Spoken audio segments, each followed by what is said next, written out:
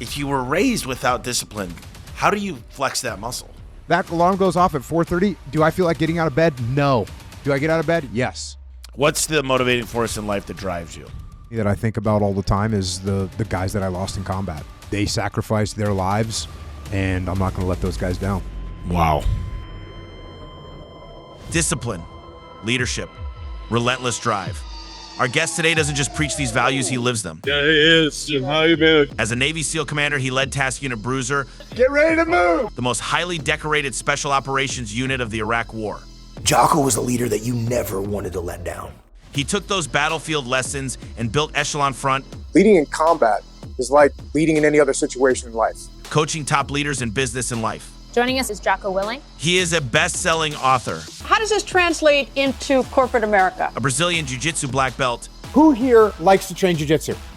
a successful entrepreneur, Oh, shit, Jocko! and the host of the Jocko Podcast, inspiring millions to embrace the warrior mindset. And yes, he really does wake up at 4:30 a.m. every single day. You've changed my life, man. Huge fucking fan. To get ready. This conversation is going to be intense. Today, I'm joined by Jocko Willink. We usually start out asking a bunch of questions, but I think most people know who you are. What was the greatest thing about being a Navy SEAL? Just working with awesome guys and having a really cool mission every day. You know? Yeah. Like, when I was a young kid, I didn't want to be inside. I wanted to be outside. Wanted to be shooting a machine gun if possible. And it's pretty cool. When I figured out that you could actually get a job shooting a machine gun, I was like, sign me up. And when did you retire? I retired in 2010. 2010. Yeah.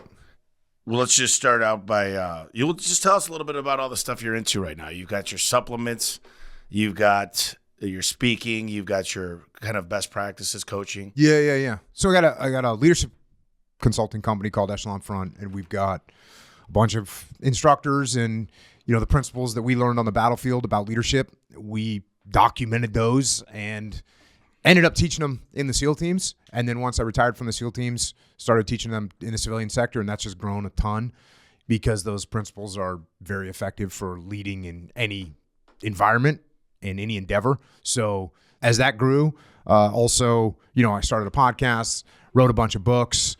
I have a supplement company called Jocko Fuel. And then I have a clothing company called Origin USA, and we make 100% American-made clothing. Yeah. And we make jeans, boots, T-shirts, hoodies, hunt gear, workout gear, and jiu-jitsu gis. So that's awesome. So when I was in the military, I actually started Victory MMA. So one of my buddies was a master chief in the SEAL teams, and we were both training jiu-jitsu all the time. And we had kind of been inside of other either boxing academies or regular gyms. And so eventually we got kicked out of a bunch of different places for training people in MMA and jiu-jitsu. And so we decided we would start our own, and we went and made this gym here, which is called Victory MMA. Love it. Well, let's talk a little bit about that. Extreme ownership, discipline. Obviously, you learned a lot in the Navy about leadership. A good leader has nothing to prove but everything to prove. What does that mean exactly? Has nothing to prove but everything to prove. Yeah, so that's something that I actually used to tell these young junior officers. So you get these young guys, they're going in the SEAL teams, but they're officers. So they've been to college, they get commissioned as an officer. So now they're supposed to be in charge, allegedly. But, you know, you've seen the movies. You've seen the old Vietnam movies where the young officer comes in and he's trying to tell the old gunnery sergeant what to do. What they do is they start bossing people around, trying to make decisions that they don't really know anything about, and they end up looking stupid. So what I used to tell them was, you don't have anything to prove. You don't need to prove to the SEAL platoon that you're in charge of them. You are in charge of them. What you're trying to prove to them is you're going to make good decisions. You're going to take care of them. You're going to be tactically squared away. You're going to listen. You're going to be humble, because that's what a good leader does.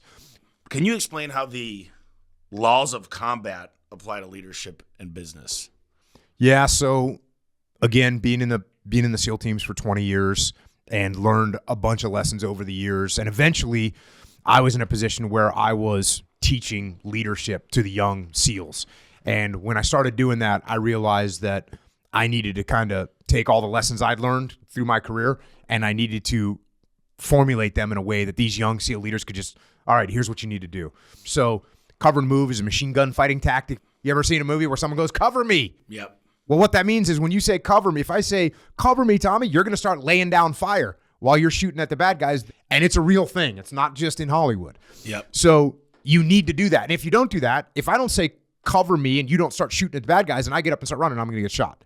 So that applies obviously on the battlefield, but it applies in the business world as well. Prioritize and execute. We're going to have a lot of things going on. On the battlefield, you'd have terrible situations happening, and usually it'd all be happening at the same time. So you've got to be paying attention to which one of those problems is the biggest problem and focus on that biggest problem. Then you can move on to the next one and so on down the line. Well, it's the same thing in business. If you try and do 49 different things at the same time, you're not going to achieve them. You got to figure out, all right, this is the one that's going to give me the most return on investment. I'm going to focus on this one. Now, listen, it doesn't mean, and you know this very well, it doesn't mean you can only do one thing at one time. But I'll assign someone or delegate someone to take care of something that I can't commit all my resources to so that we can do a couple things at the same time. And so we got to prioritize and execute, figure out what the biggest problem is, what the biggest return on investment, focus on that, and then go on down the line. And then decentralized command.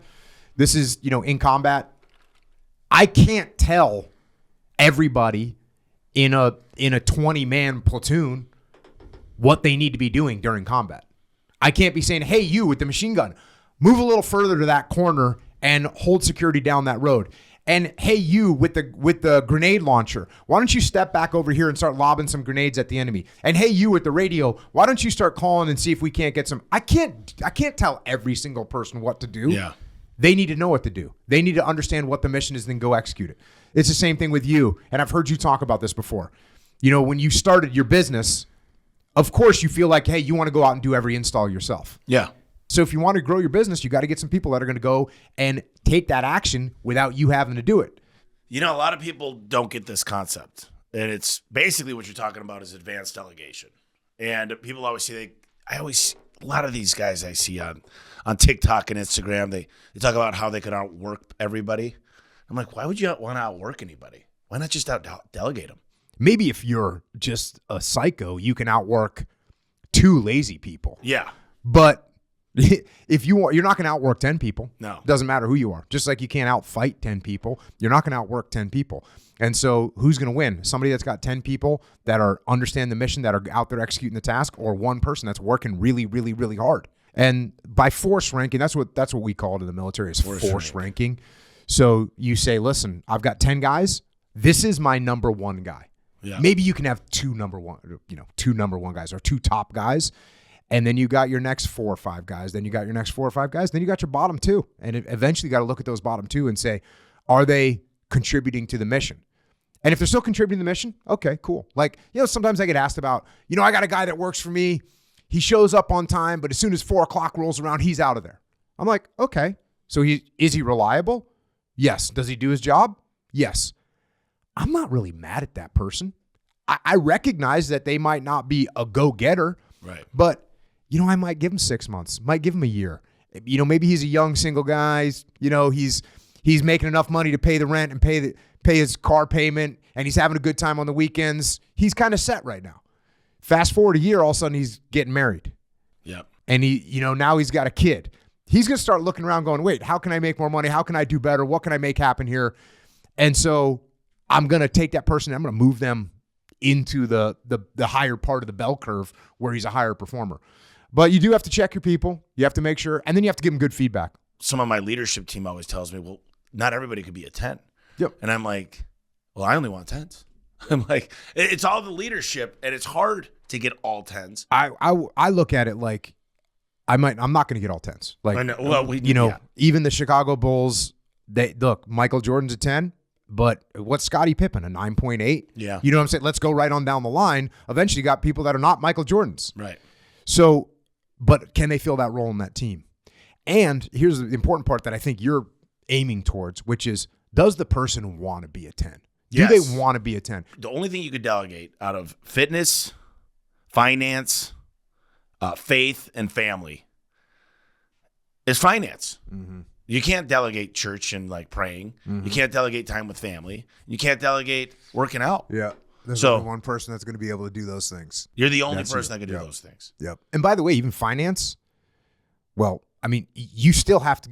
Someone else can handle the finances, but you got to go out there and make that money. You do. You know what I mean? Like, No I don't know one's gonna about do it you, for but you. no one was depositing money in my bank account. Like when I started, I had to be everything. I started at the bottom and had to do every job. But once you've done it a couple times, now you hire the top down because now you got money. It's easy when you've got money to make more money. It's hard when you don't have anything. And that's what I came from, zero. I don't know. You were raised in East Coast, right? Yep. What did you guys come from humble beginnings, or was it like mid? Yeah, my parents were school teachers, Okay. So my parents were school teachers, and we had a Chevy scooter. I don't know if you know what that is, but it's like a scooter. It was a vehicle. I just always remember this Chevy scooter because it barely fit. I had 2 sisters, and it barely fit us in the back seat. No air conditioning, AM radio. It was just like it sucked. Okay. So you become a role model for a lot of young men. I think it's your message resonates, this idea of discipline.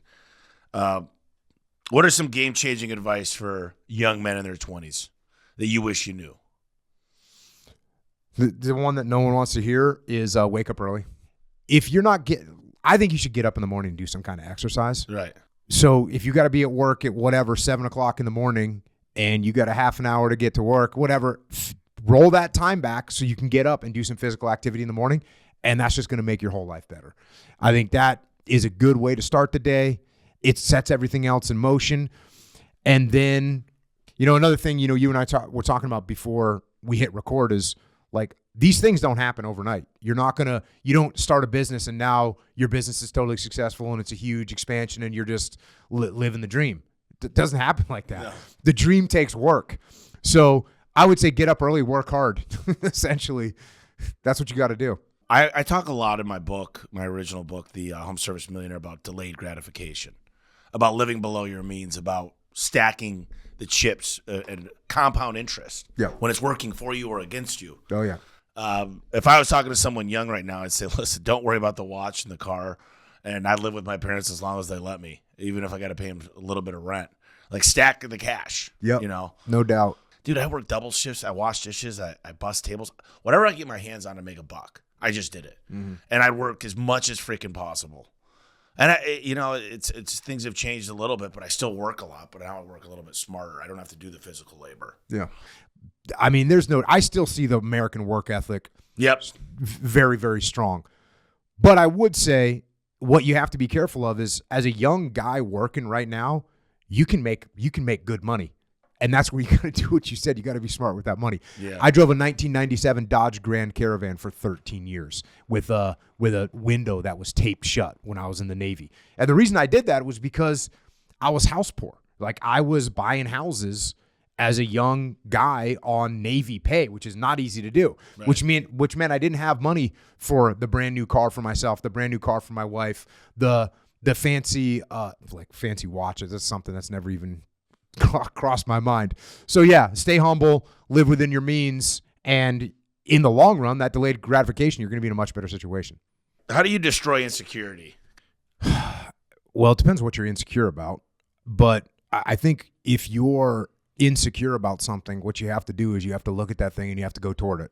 So when you're insecure about something, go and admit it, face it, and then start to take ownership of it, and you'll become more comfortable with it, no matter what that thing is. The worst thing you can do if you're insecure about something is hide from it. What do you think the 3 common lies that hold people back? I can give you one of them, or I can give you 1,000 of them, which is, it's my boss's fault, it's my parents' fault, it's my spouse's fault, it's my teammates' fault, it's my teacher's fault, it's my coworker's fault, it's the client's fault, it's everybody else's fault. Yeah. So we blame a bunch of other people for things that are going wrong in our life, and to me, that's the biggest lie.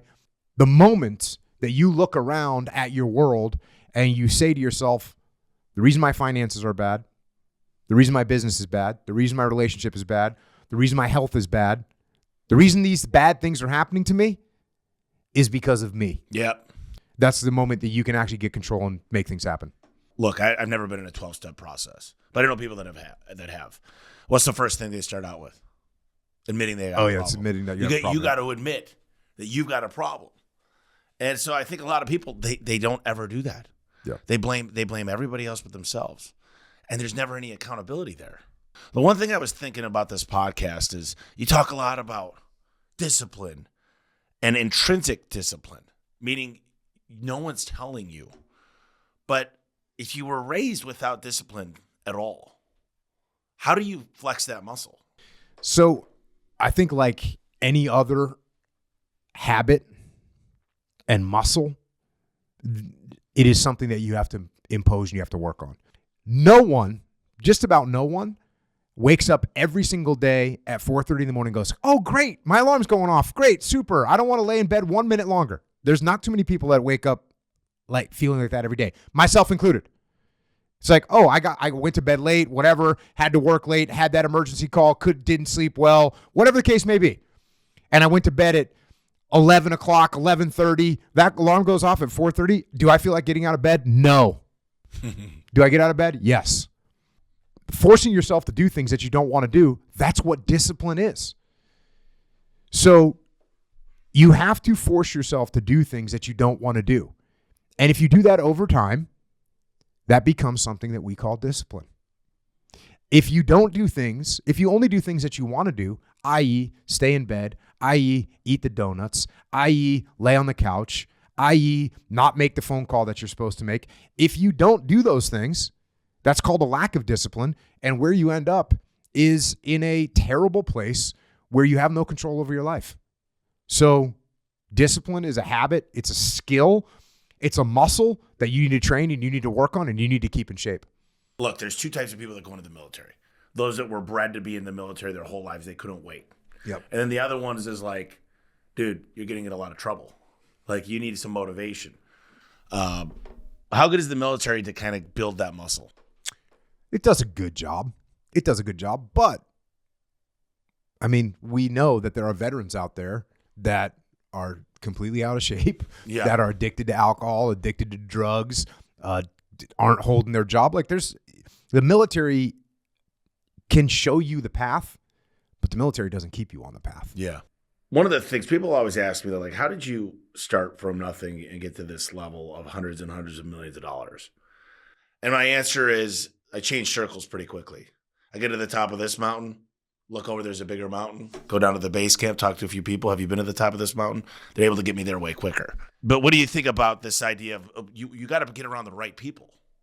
Like, if you want to be a great dad, don't hang out with guys that go to the strip club all the time and don't alcoholics. If you want to become a great leader, you should probably hang out with great leaders that proven that they've been able to lead people. There's always going to be trade-offs. There's always going to be sacrifices. And you're either going to sacrifice sometimes in your business, you're going to sacrifice sometimes with your family, sacrifice sometimes with your health, sacrifice sometimes with really anything.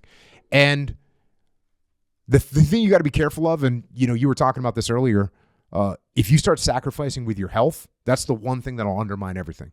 Like, the question that I get asked all the time, work-life balance. The answer is you have to balance. And you have to explain to your family, hey, I got this project going on right now. I'm trying to acquire this business, or I'm building this business, and I'm not going to be around much right now. Other than that, here's what I'm building. Here's why I'm doing it. So and then sometimes you got to tell your work, hey, listen, I've been gone for a month and a half.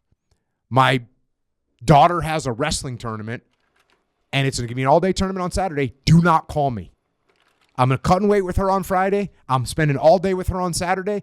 Don't call me. If something goes wrong, talk to Fred. He'll handle it. Yeah. So you got to figure out when you're gone too far in one direction or the other direction, and you got to maintain that balance. It's I always say I'm off balance on purpose, and there's seasons of life. I see a lot of people, they always say, dude, how do you make the time? And I go, there's 168 hours in a week. If you sleep for 50, you work for 50, you work out for 10, you still got 58 hours left.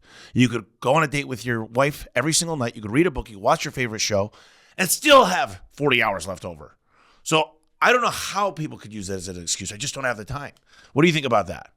Got to make time. I always say make time. Make time for what's important. And if you don't make time, and if you don't pay attention to where your time's going, if you don't do like a time audit, that's what I when people tell me like, oh, I don't have time for that. Well, what do you spend your time doing? Do a Do you time even know? audit. Yeah, do a time audit, figure out what you're doing with your time, and eventually you figured out that you're spending 2.5 hours a day looking at the phone that's in your pocket. Yeah, so I'm going to run through a few scenarios, and you let me know how you would respond to these. No bullshit. We'll dive right in. So, you haven't been to the gym in 2 months. So, hey, if you haven't been to the gym for 2 months, get a grip on reality and start working out immediately right now. Don't even wait till tomorrow. So, you're eating like crap. Maybe you're just not eating healthy. Let's say I was on a vacation and happened to be in a place where there's just like good Italian food. Lots of pasta. American Italian food, which is like fried mozzarella, the whole 9 yards. Yep. So I'm like, all right, what I'd probably do is do like a 24-hour fast.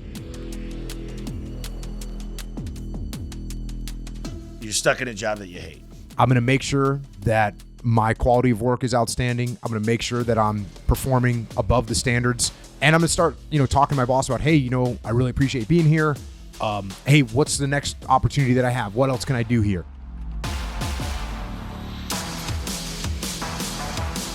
What do you think the secret sauce is to a healthy, significant other relationship? I explain relationships being based on 5 components: trust, listen, respect, influence, and care. So you and me, if you trust me, or if you don't trust me and I don't trust you, do we have a relationship? No. If you don't listen to me and I don't listen to you, do we have a relationship? No. If you don't treat me with respect and I don't treat you with respect, do we have a relationship?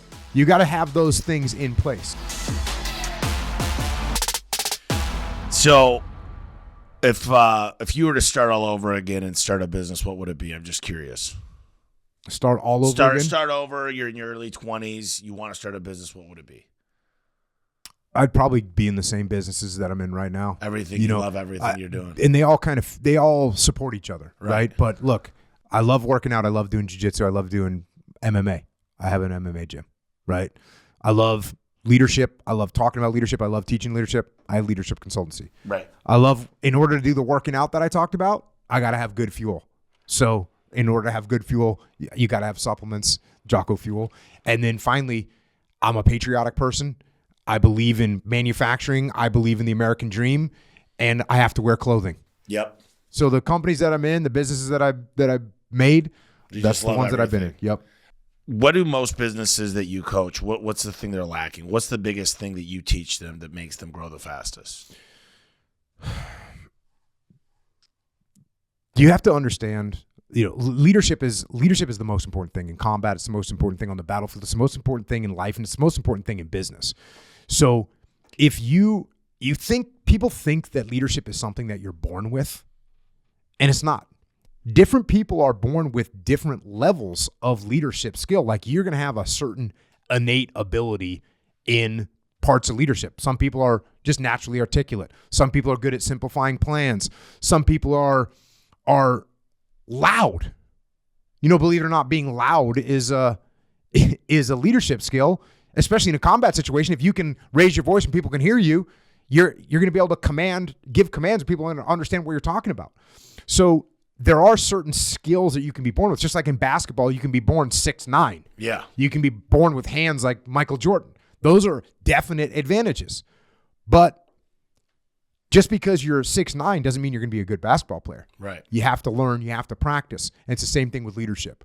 So that's the biggest problems that businesses have is they just don't have the leadership skills, and they need to invest in learning the leadership skills. Once you have the leadership skills, now you can start to make things happen, and you end up with a decentralized organization where everyone is out making the mission happen and getting things done, and you don't need to micromanage or, in some cases, need to manage it at all. What's the motivating force in life that drives you? Yeah, the motivating force in life that drives me that I think about all the time is the guys that I lost in combat.